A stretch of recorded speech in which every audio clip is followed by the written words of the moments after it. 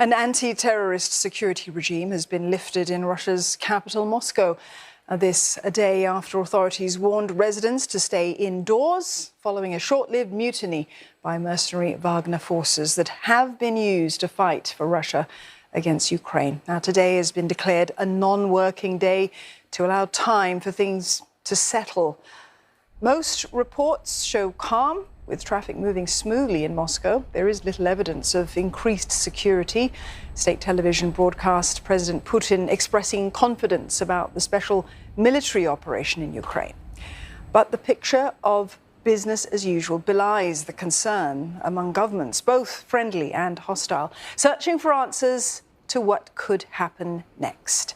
China, which boasts of a no-limits partnership with Russia, says that the matter is an internal affair. It supports Moscow's right to protect its national security and reiterated that stance in a meeting yesterday between Russian Deputy Foreign Minister Andrei Rudenko and Chinese Foreign Minister Qin Gang in Beijing. 你提到的这个瓦格纳集团的事件是俄罗斯的内政。作为友好邻邦和新时代全面战略协作伙伴，中方支持也相信俄罗斯能够维护国家稳定，实现发展繁荣。中俄各层级保持着密切良好的沟通。至于你提到的具体通话，我没有可以提供的消息。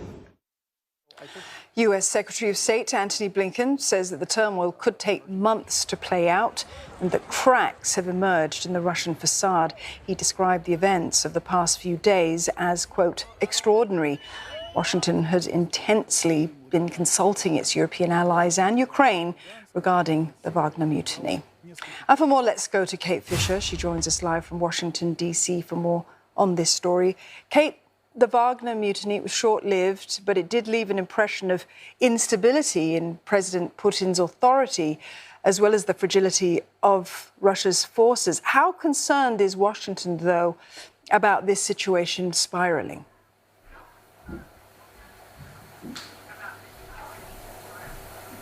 I think there is real concern also because nobody fully understands quite what happened inside Russia over the weekend, and nobody really knows what's going to happen next. And instability is never good across the world as far as the US is concerned. And particularly, although the US does not like Vladimir Putin, it certainly does not want to see a failed state, certainly not one that has control of nuclear weapons. So there will be big concerns here in Washington. As you say, Secretary of State Antony Blinken spoke about this over the weekend, saying that he believes it's possible that Ukraine could take some advantage of the chaos internally in Russia, and that, as you say, it shows the rest of the world that there are cracks in the authoritarian facade that Vladimir Putin has. In terms of what the Republicans and Democrats are saying, they seem to be fairly united in their message on this, saying that it really strengthens American resolve to continue to support Ukraine in its efforts against Russia. President Biden also promising President Zelensky of Ukraine his unwavering support in a phone call over the weekend. Washington's position on this, Kate, notwithstanding, Ukraine does want the West to use this opportunity. What can the United States do, though, to even take advantage of the situation if it wanted to?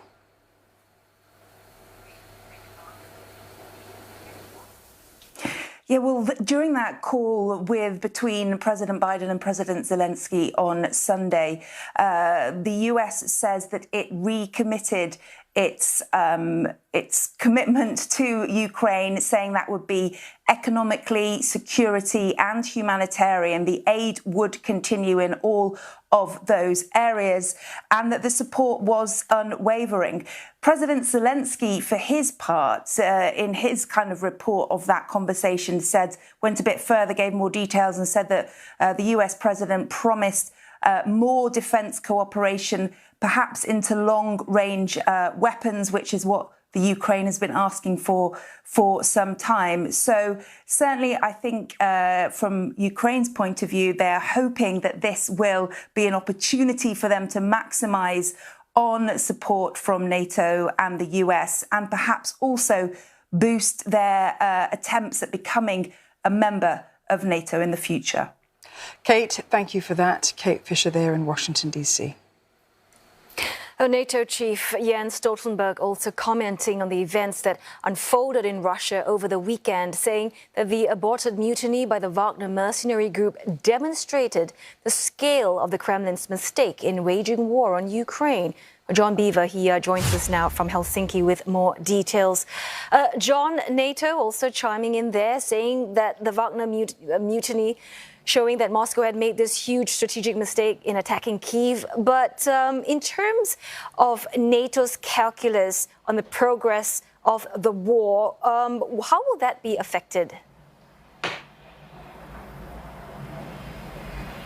Well, not much has changed in NATO's eyes. They say they are closely monitoring the situation in Russia. Obviously, huge concern to have any degree of instability in a country with a huge nuclear stockpile. That was NATO's concern, we are told, over Friday and Saturday, as well of course, concern for civilians who might have been caught up in any fighting that, of course, in the end did not happen within Russia. But NATO have come out today, and Jens Stoltenberg, the man in charge, has said that NATO has reaffirmed its commitment to Ukraine. What we have heard, though, is that NATO is going to be reinforcing some of its eastern borders. So we've heard today, for example, that Germany will station 4,000 troops in Lithuania. So NATO not taking any chances, it would seem, about making sure it has the right people in the right places as they see it.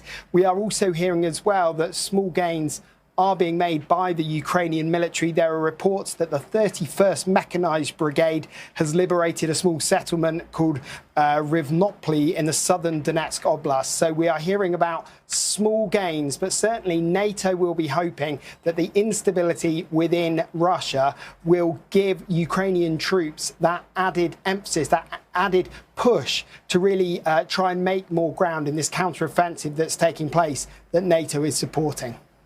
Well, many thanks for that report, John Beaver, speaking to us from Helsinki. Well, the European Union's top diplomat, Josep Borrell, warns that instability in Russia is, quote, not a good thing. Well, that's as European foreign ministers meet in Luxembourg to discuss the latest developments in Moscow. What has happened during this weekend shows that the war against Ukraine is cracking Russian power and affecting its political system. We are certainly following closely what's happening, but it's now the moment to continue supporting Ukraine more than ever. Well, some foreign ministers echoed his comments, saying the tensions between the Wagner mercenary group and Russian President Vladimir Putin's administration showed the fractures and fault lines in the country's system. But several EU ministers described the matter as an internal affair for Russia. France stressing the EU remains cautious and did not want to be seen to interfere. Well, Germany says it is not getting involved, and others warned of the dangers of upheaval in the nuclear-armed country. Das wäre absolut gefährlich für Europa, wenn das größte Land der Welt mit den meisten Atomwaffen der Welt, wenn das zerbröckeln würde.